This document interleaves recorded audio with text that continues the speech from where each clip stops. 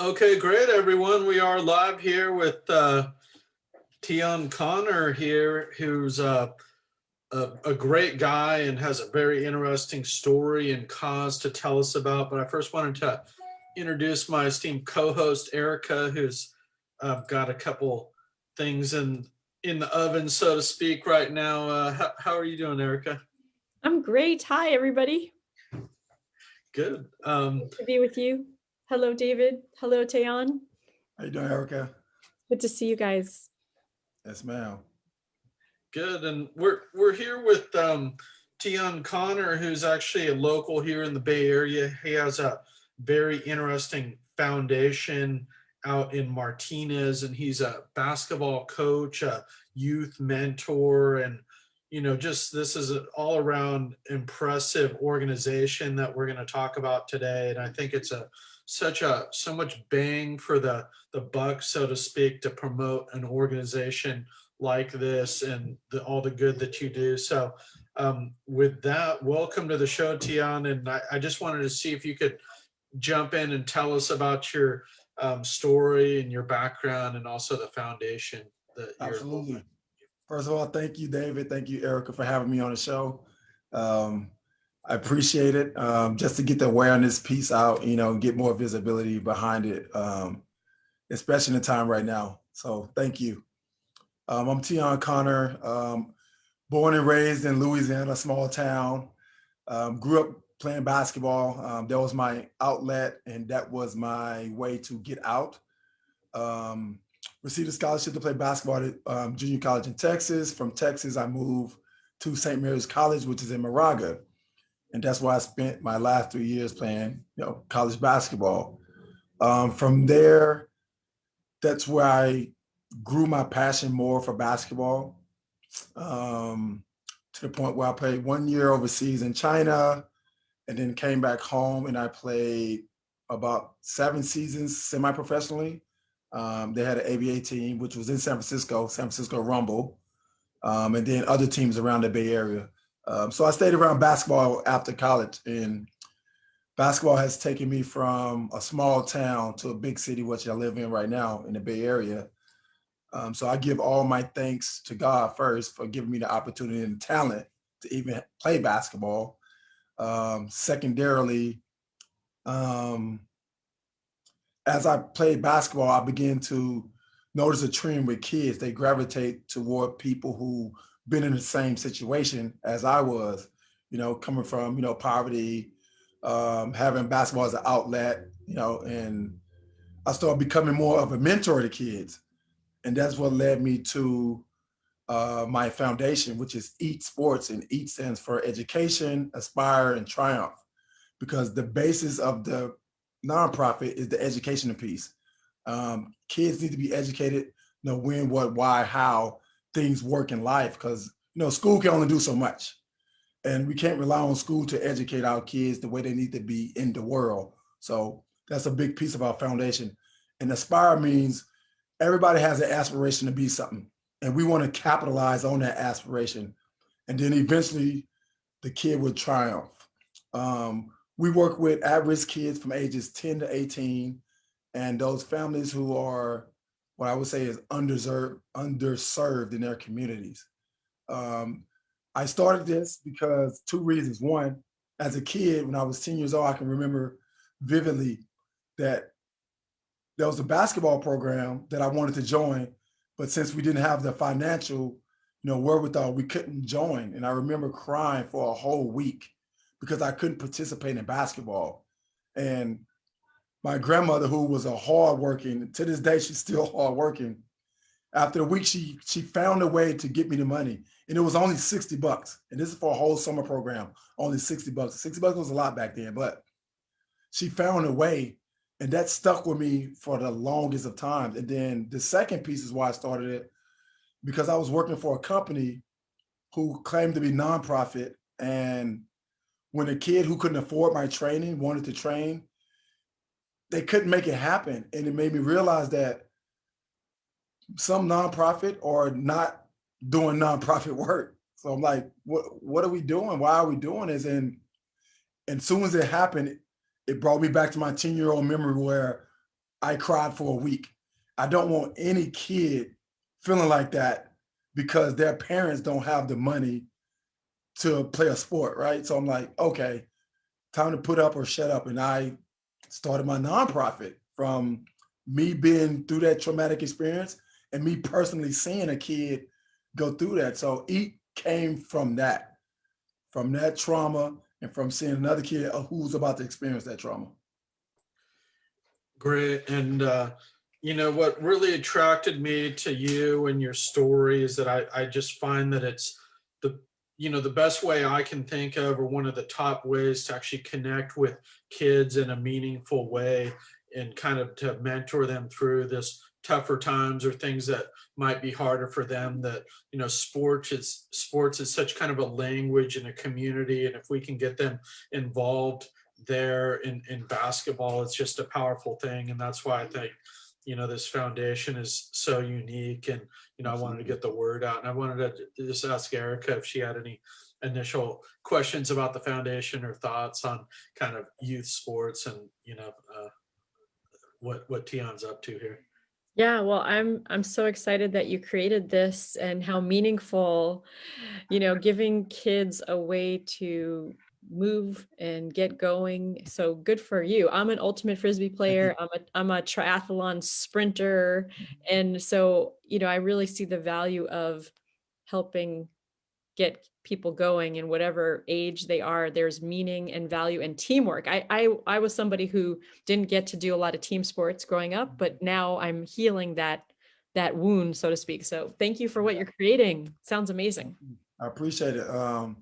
I think the biggest part that I'm hoping to get out of this, because kids normally think they don't have a voice, they think, oh, well, I'm a kid, nobody's gonna listen to me. Well, you do have a voice, and I want to make sure that voice is heard through the program. And I want to capitalize on their creativity, their athleticism, their smartness, their unique abilities. I wanted to let them know that, hey, there is a place for you, even though you're in this world of adults, that eventually you're going to become an adult and you're going to got to learn how to operate, right? So the biggest thing for them is I want them to be successful. Forget about the sports. I know sports end at for some point in everybody's lives, like it ended for me, but there's more to life than just that sport. And those things that you're going to get through that sport is going to help you operate, through life. So that's one of the key things that I like to point out when they, come through the program. Yeah, thanks a lot. And I'm trying to do my best to help promote the foundation. And I was thinking, I'm going to recommend you as a speaker at our Rotary Club. And I also have a few other Rotary contacts around to speak at some Rotary clubs. And really, I just think, being heavily kind of invested in Oakland and the community there, I just see this as a very instrumental cause and organization, for places like Oakland, but also the greater Bay Area. And so I was going to encourage Erika to kind of keep Teohn in mind too for other Rotary contacts we might have, or ways to link him up to get his message out. Absolutely. Erika, do you have any questions? Yeah. So what does it look like, the kind of the baby steps for people to get involved with you, whether they are somebody's child or an adult? Sure. Love to talk to you more about that. They can go to my website. It's pretty simple, esportsfoundation.org. There's a questionnaire on there. If a parent feels like their kid deserves to play a sport, it doesn't have to be basketball, even though I specialize in basketball. They can fill out their waiver. It'll come to me, and then I'll give them a call. They can get through that way. And it's anonymous. It goes to me. It doesn't go to somebody who got their information. And two, because of COVID, I haven't done much, but I've done some stuff. But the goal is to do weekly camps where a kid can come for free. And during the camp, they not only do basketball related stuff, the biggest impact, like I said, is the education piece. I want to give kids an opportunity. You don't have to play basketball, but if, let's say you want to be a carpenter, guess what? I'll have a carpenter come speak to us, right? And say, hey, you can learn a trade. You don't have to go to college. I know the route that I was told that I need to go to college, right? And that's all I knew. Go to college, get education, blah, blah, blah. Wow. But most people you don't have to go to college to be successful. And That's exactly right. yeah, and That's kids don't know that. They don't know that, right? So me preaching that or telling them about, hey, you want to be an electrician? Got you. I know this guy over here. He'll get you connected and you can do this and, you know, learn a trade. And the second piece is financial responsibility. I know coming up for me, I know nothing about finances, and school teaches math, but they don't know how to, hey, balance this checkbook. Hey, what is the difference between a loan and a credit or debit or interest rate and APR, all those type of things, right? But, and I want to make sure the kids are ready for that. And that's why we start at ages 8 and 9. Like, hey, it needs to be on your brain. Like, I know you don't fully understand it, which is okay, but you're going to hear it. And once you hear it enough, now it's going to start to translate into your daily action. So they can get in touch with me through my website. I'm big on social media. I have about 35,000 followers on my Instagram. right I on. put things out. I have a great following in the community, and most AAU programs or club basketball teams, they know me. So I tell their coaches if there's some kid that deserves, you know, an opportunity, send them my way. So yeah, those are the two ways Beautiful. get in touch with me. Beautiful. So we Mhm. got to talk, because we have people that could be those people that are your carpenters. I could come talk about what I do with your kids.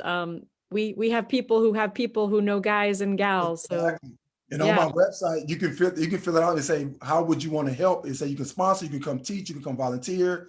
we could All grow those some things. food with your kids. We have food to Yeah, go. exactly. Health Exactly. self-care practices we can share. Um, are you connected with Boys and Girls Clubs? I'm not, I'm trying to get into the Oakland Boys and Girls Club right now. But yeah, I'm trying to get Okay, there. well, I have some contacts for you for that, for the Oakland Boys and Girls Clubs. And we, in my health company called Juice Plus Tower Garden, we give tower gardens to every Boys and Girls Club in North America. So I Wow. have connections with about 4 or 5 Boys and Girls Clubs. So Amazing. be Yeah, that happy was, to yeah, connect I you love in it. with them. Absolutely. That's awesome. Yes, Oh, please. Yeah, and well, I'm just a little anecdote to share that about part of why this kind of resonated so much with me too. And I think it's probably pretty apparent to everybody. But you know, I actually used to coach um, girls and guys basketballs in elementary school, and I really see kind of a synergy between what it takes to be successful in sports and life. And you know, so they kind of show up playing bunch ball and not having much structure, maybe Mhm. pushing each other, showing up Mhm. late to practice. You know, they're hanging on the rims, but by actually teaching them the respect for the game and having those role models like maybe LeBron or Yeah. Curry. I know LeBron's not quite as popular in No, the not in Bay the Bay Area, Area. but you know, Yeah. that really teaches them a lot of the structure for what it takes to be successful for life, and the fact that you're incorporating these other kind of role models in, I think, is just so powerful. So you know, I'm a huge NBA fan and just Mhm. sports in general. So you know, I Absolutely. just think it's an exciting foundation. I did want to ask you, kind of go off script a little bit here and Yeah. ask you about some of your fundraising. If there's, you know, fundraising considerations, one, you know, how you do it, and other things that you're looking at for kind of the future, your foundation, both in enrollment, but also the funding that you need to run Yeah, these camps. so during COVID, which is, you know, weird time for all of us, I've actually did I did 2 fundraisers. I had a third one, but we was in purple, so they say nope, couldn't make it happen. But I've raised money for some Chromebooks, in which I didn't just get them in. I delivered them out probably last month. I got about 12, 13 Chromebooks that I deliver out to families that needed them. 2, we did family pictures around what that was Halloween, because you know family pictures can be expensive. But what I did was I had some volunteers who was very handy with the camera, who did like a mini session for the parents, and they came in, and we got what 10 to 12 families that came out and took those pictures. And then the third one I was going to do was free haircuts for kids, but since salons and barbers couldn't be open, we couldn't get it. But for me, it's as far as the campaigning goes, I'm trying to figure out creative ways to do it during COVID. And up to speed yet because I want to get on, online and stuff, on the web to where people can do it, virtually. I'm trying to get some Zoom classes arranged where a kid can participate for 30 minutes. We can do ball handling, we can do talking, we can do mentorship, whatever that is. And the way people, like I say, people can access that, again, my website has most of the information that I'm going to do in the future. I have a great PR person who's doing that for me. So there's a few things that I'm doing. And the long-term goal for me is to eventually open up a sports academy where a kid can go, one, to access classrooms and computers, right? Because there are a lot of IT kids out there, especially in the Bay Area, we're in Silicon Valley, right? That wants to do coding, wants to do all those great things, right? But access is very limited, So, and then the second thing, for sure, do the sports part. And then the last, most important part to me, I think, is to offer mentors where kids can come in and talk, have a safe place where they can talk. You know what I mean? It doesn't have to be to cure something or to, kids need a space, right? To say, you know what? I don't want to talk to my coach. I don't want to talk to my parents. I don't want to talk to my teachers. I just want somebody to just hear me when I'm saying. And I think a kid needs that, to develop fully and wholly, So, Yeah, and I know Erica and I are happy to serve as kind of a mini mastermind for you with some of these issues. Erica's actually a trained therapist too, and very involved in health. And I'm into kind of interested in this mentorship concept, and we're also very kind of digitally savvy with some of these workshops and things that we've been working on ourselves. So I think there is a space there. I see some with Rotary, for example, that a lot of these programs are on hold, but with now this opening up in California, even though we're last in terms of the COVID stats, they're looking like they're going to move forward full steam to open the state up, which I think is a good thing. In a safe manner. I think we are kind of coming out of the end of the tunnel. So I'm looking forward to see what you come up with, but let us know if we can be helpful. And Erica, I did want to ask you if you have any comments about that. I'm just so grateful that you found a way to create this gift you're offering to the world. And because it is a gift, I can really, I could just imagine how you're touching these kids' lives and the ripple effect, literally the ripple effect of what this creates for those kids. So just a little sidebar, have you seen this movie, A Most Beautiful Thing? I don't think so. No, maybe I need to do it. Okay, well, hi Shui. So definitely, it's on Amazon Prime, and it's about this first Black rowing team ever. Oh, I think I And heard about that. Yeah, I heard it's about it, but I never watched it. amazing. If you haven't seen it, it's amazing. You'll be so jazzed. And it just sounds like you're creating those kind of possibilities, opening up doorways where there weren't doorways opening. And Yeah, absolutely, yeah, absolutely. so heck yes. Heck yeah, And heck yeah, so yes, I look forward to connecting with you more and absolutely. seeing how we can collaborate. Yeah, absolutely. And one of the things I want to make sure I mention, I think I said it before, but a lot of people, I don't want people to get confused. It's not about basketball because I've sponsored, I think, somebody for soccer. I want to say football, even piano. Like, I want to invest in whatever the kid's passion is. If it don't have to be basketball, I don't want people to think it's just basketball. No, it's not. No. You like whatever you like. And if you can't, or you don't have the wherewithal, please reach out. And I forgot to mention that I'm having a new year drive, new gear drive where people can donate slightly used sports equipment, clothes, and shoes if they have it. It's going to be this Saturday, January 30th, from 9 to 5 at Foothill High School and at Granada High School. We're going to be doing that.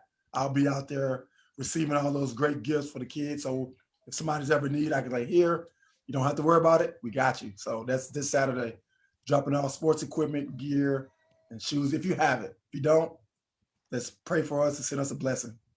All right. That's amazing. And are you how are you putting that out to the world, that request? That's amazing. So right now I have 2 high school kids who heading this. So they are doing all the footwork. I'm just putting it on my social media right now and telling all my coaches and all my friends who are doing it. So, and they got, I think, 2 school districts that are actually like participating in it. So it should be a Nice. great turnout. Should be a great turnout. Nice. Yeah. Really cool. Mhm. I love it. Yeah, we can put those links. If you send me anything about an online flyer or link, I can Yeah. put those in the info too. And yeah, with that, I think we'll start to wrap up here just to kind of keep this at time. And sorry if I mischaracterized some of the focus. It's a very unique foundation with the broader than kind of my initial assessment. Sometimes when I get excited about a new group, Yeah. I'll Get carried away, not huh? quite understand everything as accurately as I should. So, but great work. We'll keep in touch. And Eric, I did want to have you guys, if you have any closing things you want to end on, let me know here. Yeah, sure. I just appreciate what you're creating. I look forward to connecting more and see how we can our paths can cross and collaborations abounding. Absolutely. Thank you. I appreciate you guys even opening up your platform for me, because I think the biggest thing for me is people being aware, right? There's a big awareness piece that a lot of people don't get when you're, especially right now with COVID, we're sheltered in. It's like, okay, well, what are the options that we have? And this will definitely help the cause by you guys understanding where I'm coming from, how I feel, my heart, right? And most of the time, not all the time, most of the time, people love kids, right? People gravitate toward kids. The kids should never suffer, no matter the parent, the organization. You got to take care of the kids. And normally when I talk about the kids, the response is very positive. And I'm relieved that there are still some decent people in the world, right? There's still some people who want to do the right thing. And I'm glad that you guys, feel the same way that I do. So thank you for having me. Yeah, all right. Yeah, and I think there are a lot of resources here in the Bay Area in terms of the foundations and philanthropy. So as we continue to get word out, I think I'd encourage you to think big. This is something, maybe Mark Zuckerberg or, some of the tech giants would, seems like a top thing to fund from what I see. I'm There's working some of on the some other big guys things. right now. I'm kind of fearful because I'm little old me. I'm humble. Who they don't want to. I don't know. I'm humbled, but I'm also like, you know what? Forget it. The worst thing they can do is say what? No. That's it. That's the worst thing that can happen. They say, well, we like it, but yeah. So, but yeah, I'm growing the courage as we speak. I'm growing that courage to, but I have two big clients that are on the plate right now that are interested. So Yeah, the Warriors, the Oakland A's, the 49ers, just the sports community here, the Cal Bears, Stanford, so I'm excited to kind of see where it goes and keep in touch with you and have you back at some point. And thanks, absolutely. Erica, for joining us. And we're going to close out the ripple effect here for Tuesday, January 26th with Teohn Conner and the Eat Sports Foundation. Thanks, everyone, for joining us. Thank you. Have a great day.